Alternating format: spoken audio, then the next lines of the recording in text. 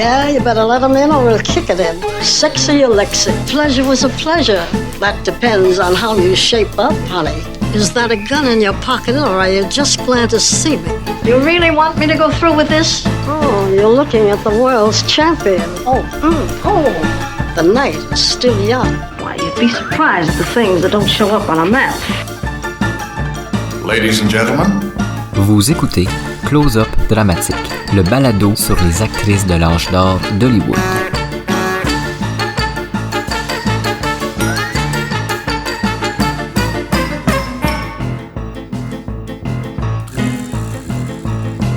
In a few minutes, you're gonna be the first man who landed on Venus. Toute sa carrière, la scandaleuse Mae West a connu la censure. La majorité de ses projets, tant au cinéma qu'au théâtre, ont été censurés, parfois même annulés par les producteurs par peur que le public en soit trop choqué. Mais quels étaient ces scénarios choquants? Oh, come on, honey. Jason Duval avec vous pour ce nouvel épisode de Close-Up Dramatique. Épisode plus court aujourd'hui, mais pas moins intéressant parce que je vous parle de l'incroyable, l'extravagante Mae West. Star du théâtre des années 20 puis actrice du grand écran reconnue, Mae West a su faire parler d'elle pendant plus de 60 ans. Très tôt dans sa carrière, elle va créer un personnage incroyable, un personnage de femme forte, très sexuelle, qui aime les hommes et surtout les diriger par le bout du nez. Un personnage de femme très indépendante qui contraste avec la grande majorité des femmes de l'époque plus soumises à leur mari. Petite parenthèse ici, d'ailleurs, je ne crois pas que ce personnage incroyable qu'était Mae West soit aussi éloigné qu'on peut le croire de la réalité puisque Mae West, dans la vraie vie, était assez indépendante et forte. Très très tôt dans sa carrière, elle va mettre en place des productions théâtrales très risquées pour les années 20. Des pièces où c'est les femmes qui mènent le jeu, c'est la femme qui décide de sa vie, ça fait beaucoup jaser et en plus, pour ajouter à tout ça, elle ajoute sans gêne des scènes parfois très sexuelles. Encore aujourd'hui, en 2023, on monte pas de pièces de théâtre où des relations intimes sont explicitement montrées. On fait toujours un noir pour couper tout ça. Mais elle va plus loin que ça. Elle va toujours faire en sorte qu'on voit une partie de l'action. La femme est cachée derrière un canapé, on voit l'homme ou encore la femme assise sur l'homme derrière le canapé. Vous voyez le genre de mise en scène très très risqué pour l'époque et encore aujourd'hui même. Elle a toujours fait énormément jaser parce qu'en plus de jouer dans des productions parfois très osées et risquées pour l'époque, elle écrivait la grande majorité de ses films et de ses productions au théâtre. Si au début de sa carrière, ça lui causait plus ou moins de soucis, avec le temps et plus sa notoriété augmente, plus les ennuis vont s'accumuler. Mae West va devenir l'image de la censure. Certains groupes très conservateurs vont même jusqu'à demander à ce que l'actrice soit interdite sur les grands écrans. Ça va très très loin. Plus les années 30 avancent et plus l'actrice fait jaser d'elle, plus elle accumule les scandales et plus les producteurs ont peur de s'engager dans ses projets. Ils ont très très peur d'être associés à une histoire qui pourrait les mettre dans l'eau chaude. Ce qui fait en sorte que dans sa carrière, Mae West a joué que dans 13 films, dont 2 où elle est une guest star. 13 films qui sont passés à l'histoire quand même et ils ont été tous des succès au box-office. Avec tout ça, c'est plus ou moins étonnant si je vous dis qu'elle a connu plusieurs projets qui ont été modifiés, voire carrément annulés. Et c'est de ça aujourd'hui que je veux vous parler. Et on commence ça tout de suite.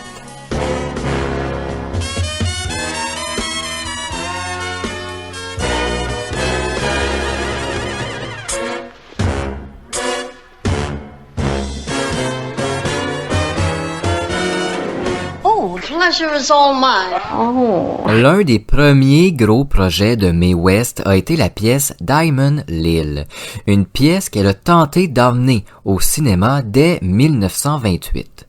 Au milieu des années 20, la très déjà controversée Mae West se met à écrire cette pièce de théâtre qui met en avant le personnage de Diamond Lil, une femme très très forte. Diamond Lil, c'est une femme qui prend les devants dans toutes les sphères de sa vie. Elle aime les paillettes, le luxe, l'argent et surtout, vous aurez deviné, les hommes et le sexe. Les riches hommes d'affaires sont droits dans sa mire de tir. Diamond Lil, c'est une danseuse burlesque qui travaille dans le milieu de la nuit et elle s'amuse beaucoup puisqu'elle côtoie ces hommes très riches qui eux ne veulent qu'une seule chose, s'amuser. Mais elle a basé son personnage de Diamond Lil un peu sur elle. Elle disait qu'elle avait beaucoup de similitudes dont l'extravagance, les grandes robes et les grands chapeaux. La pièce raconte sa vie d'une façon très comique et bien évidemment pour faire parler, faire couler de l'encre, mais elle a inséré des scènes coquines en plus d'avoir des dialogues parfois très très crus sur le plaisir féminin. Pendant plusieurs mois, West va être embêté par le bureau de la censure qui déjà a l'actrice à l'œil. On lui demande de modifier tel aspect de la pièce puis un autre et ça déboule rapidement. En 28, le bureau de la censure américaine accepte finalement que la pièce soit montée. C'est un beau succès et très ambitieuse, mais se dit « je vais le présenter à des producteurs de cinéma ». En 1928, elle n'est pas encore apparue au grand écran, mais est déjà une figure reconnue parce qu'elle a joué dans des pièces très populaires. Mais aucun studio n'est chaud pour produire le film. Le risque est trop grand. Le scénario est osé, les scènes, même si elles sont censurées, restent très risquées pour l'époque. On parle d'hommes presque nus, de femmes presque nues, trop risqué, les studios veulent pas s'embarquer là-dedans, on oublie ça. Et ils veulent encore moins être en discussion avec la censure parce que c'est pas très bien vu au cinéma d'être en pourparlers pour produire un film avec les bureaux de la censure. Mae West doit attendre 1933 pour voir Diamond Lil enfin adapté au cinéma par la Paramount. L'histoire est largement modifiée au grand désespoir de l'actrice, mais elle est tout de même heureuse d'apparaître au cinéma enfin. Le titre est d'abord changé, She Done Him Wrong, et le personnage principal, Diamond Lil, s'adoucit un peu en plus de lui aussi changer de nom. Moins incisif, plus doux. Mais surtout, on met à côté de Mae West la méga star Cary Grant. À ce moment-là, Grant est en plein flirt avec une certaine Joan Crawford, et son tournage avec la croqueuse d'hommes qu'est Mae West attire les rumeurs. L'actrice joue beaucoup avec tout ça, elle s'en amuse, elle parle avec les hommes de publicité, elle s'amuse énormément à contribuer cette rumeur où Cary Grant et Mae West auraient une certaine liaison amoureuse. Tandis que Joan Crawford, elle devait se mordre les lèvres de rage. Le film va être un beau succès. Le public accourt dans les cinémas pour voir ce film qui a été interdit dans certaines régions des États-Unis et même dans certains pays étrangers comme l'Australie et le Canada. En 1950, Mae va refaire la pièce originale de Diamond Lil au théâtre et le succès encore une fois est au rendez-vous. En plus, elle peut ajouter à sa publicité que la pièce, quand elle a été adaptée au cinéma, a été censurée. Ça fait acheter des billets au public. On veut voir pourquoi, on veut comprendre pourquoi la censure s'est mise là-dedans. Jusqu'aux années 60, West va faire le tour des États-Unis avec Diamond Lil et jamais la pièce va connaître les échecs. Aujourd'hui, c'est considéré comme l'un des plus grands projets de l'actrice.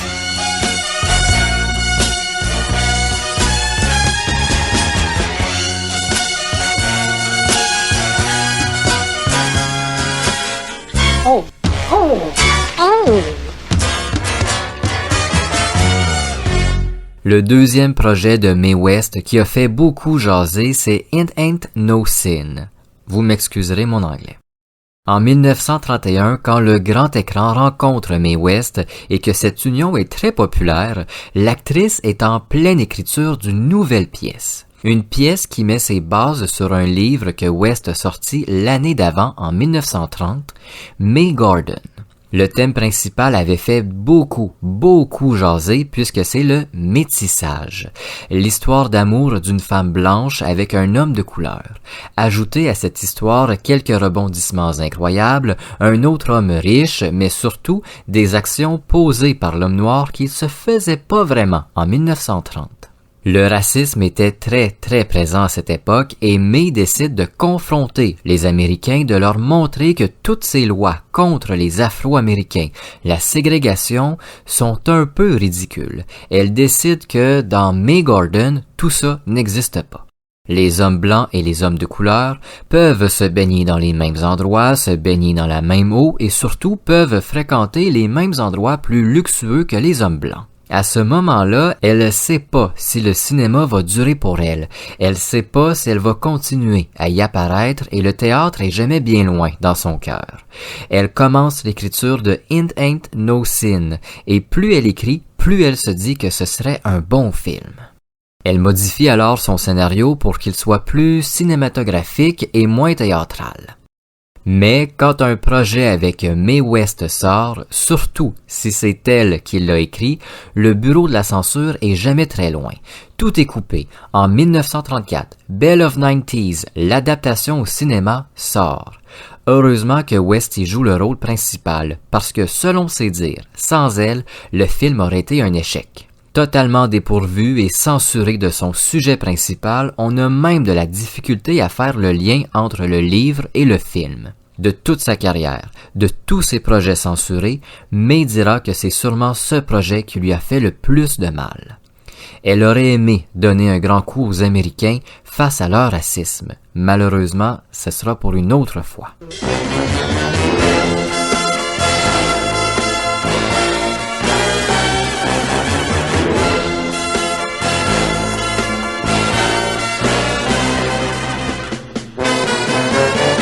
That was just a test. Now, it's the real thing. Les 3 prochains projets sont presque des anecdotes. La première étant que Mae West avait été pressentie pour jouer dans le méga succès Gone with the Wind en 1939. Quand le film est en pré-production, c'est une panoplie d'actrices hollywoodiennes qui figurent sur la liste pour jouer Scarlett O'Hara, le personnage féminin principal. Parmi ces femmes, Mae West. Mais les producteurs de la MGM sont pas très convaincus. Ils s'imaginent mal la très érotique Mae West jouer le rôle de la jeune et pure Scarlett O'Hara. Mais ils contactent tout de même l'actrice et lui proposent le rôle de Belle Walting, une prostituée. West accepte de recevoir le scénario et après une lecture rapide, demande à ce qu'elle puisse réécrire le rôle. La MGM va prendre peur et finalement le rôle sera donné à une autre. Encore une fois, on n'a pas pris le risque de voir un personnage réécrit dans son entièreté par celle qui accumule les scandales érotiques. La même chose s'est produite à la fin des années 40 quand on commence à parler de Sunset Boulevard. Billy Wilder, le directeur du film, cherche une actrice qui a connu l'époque du muet pour jouer dans ce drame. Chose tout à fait logique puisque l'histoire de Sunset Boulevard, c'est celle d'une actrice du muet recluse dans sa grande maison délabrée qui cherche à reconquérir le cinéma des années après sa gloire. La première sur la liste, c'est Mae West. En 1949, quand le premier contact est établi, ça fait déjà plusieurs années que le grand écran n'a pas vu Mae West. C'est un choix judicieux, juste sa présence pourrait emmener le public en salle. L'extravagante reçoit et lit le scénario. Elle aime l'histoire, mais certaines choses l'ennuient. Elle demande de modifier le scénario un peu. Wilder va accepter. Quand il reçoit la version modifiée de Mae West, il tombe de sa chaise. Elle a complètement changé tout. Tout a été rayé, réécrit. Elle y a ajouté quelques personnages masculins qu'elle séduit, des scènes osées superflues, bref, Sunset Boulevard n'est plus Sunset Boulevard. Le directeur va essayer de négocier avec l'actrice, mais rien à faire. Ils arrivent pas à s'entendre et finalement, Mae West est écartée du projet et c'est finalement Gloria Svensson qui aura le rôle. Si je peux me permettre ici, Sunset Boulevard avec Mae West aurait été sûrement moins bon.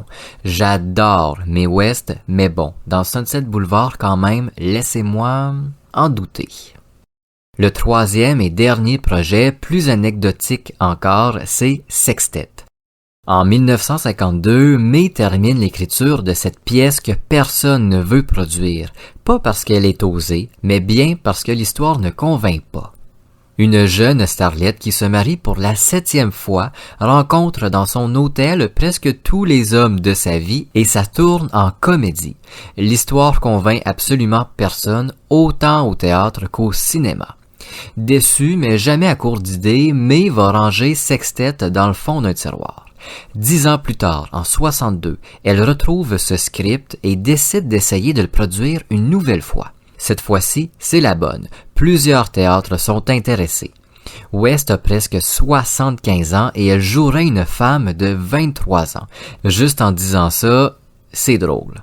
La pièce est un succès. Le déroulement de l'histoire fait rire des salles entières. La mise en scène est à l'image de West. Des plumes partout, des brillants partout, des robes immenses, des jeunes hommes beaux et musclés, totalement inutiles à l'histoire, apparaissent sur scène juste pour titiller le public, mais aussi Mae West. Des scènes érotiques sont placées à plusieurs endroits dans la pièce où une musique de boîte à gogo joue par-dessus alors que les lumières se ferment et se rallument.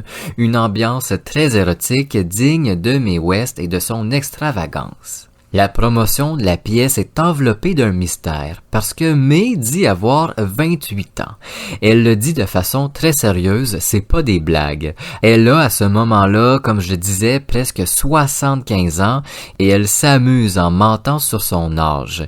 Elle dit que la Mae West qui apparaissait au cinéma dans les années 30, c'est une autre, beaucoup plus vieille qu'elle, bien évidemment. Elle s'amuse beaucoup avec tout ça. Et en 1978, Sextet est emmené au cinéma. Le script original est modifié un peu, on enlève les scènes érotiques et on ajoute quelques scènes comiques à la place. À 85 ans, Mae West reprend le rôle de la starlette de 23 ans, c'est complètement loufoque. Elle ajoute pour la version cinématographique quelques répliques qui l'ont rendue célèbre et à côté de ça, un casting des plus étonnants. Timothy Dalton, Tony Curtis, Ringo Starr, Alice Cooper, George Hamilton et l'équipe d'athlétisme entière des États-Unis, des hommes très musclés. West s'amuse à passer entre ces hommes très séduisants d'ailleurs, et en plus, dans la publicité, elle ajoute certaines rumeurs comme quoi elle aurait peut-être couché avec certains de ces beaux jeunes hommes. À 85 ans, dans Sextet, Mae West fait son ultime apparition au cinéma. Pourtant, à 85 ans, son plus gros succès en carrière, qui n'est pas une comédie, est presque oublié de tous. Cigarette? I'm sorry, honey. Oh, that night. You know something? Get some rest, honey, because you're gonna need all your strength. We had a deal and I stuck to it.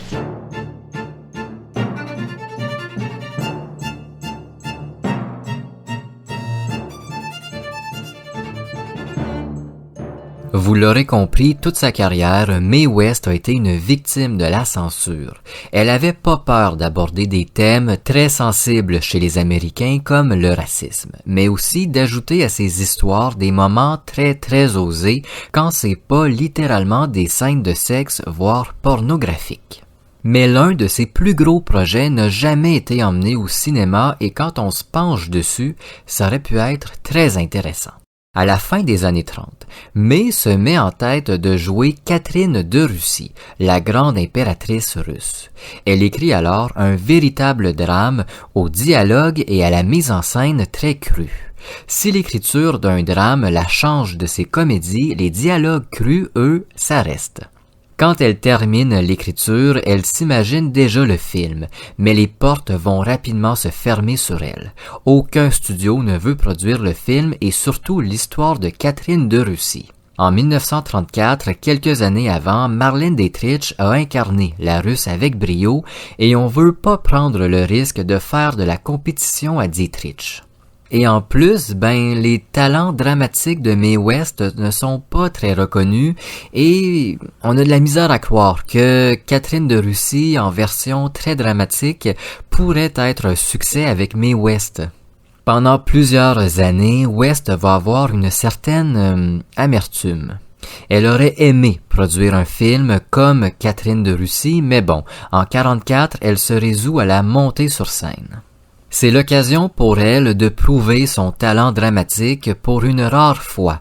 Le public la verrait dans un drame, un immense drame même. Et peut-être même que ce choix plus tragique de Mae West ferait regretter les producteurs de cinéma de pas avoir cru en son projet et surtout de pas avoir cru en elle.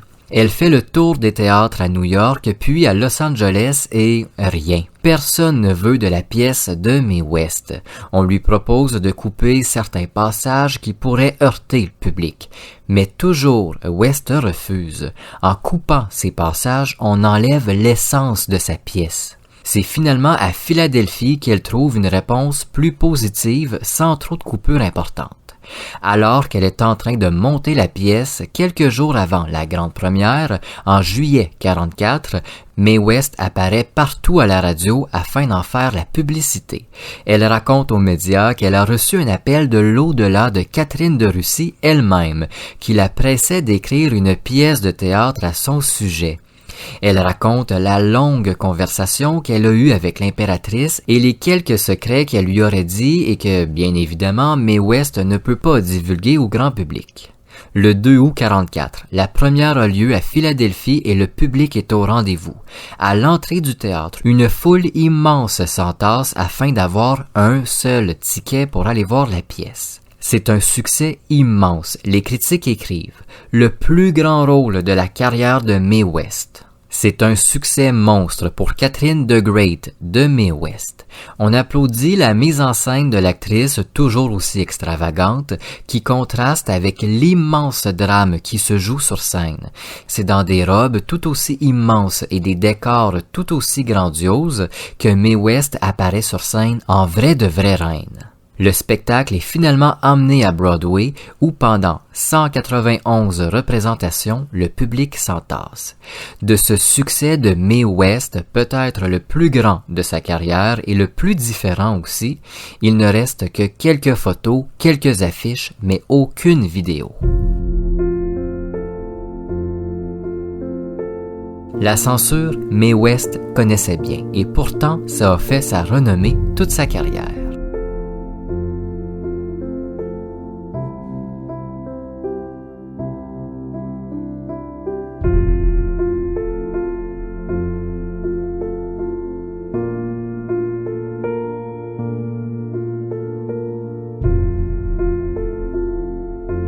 Merci d'avoir écouté Close Up Dramatique. On se retrouve très bientôt pour un nouvel épisode.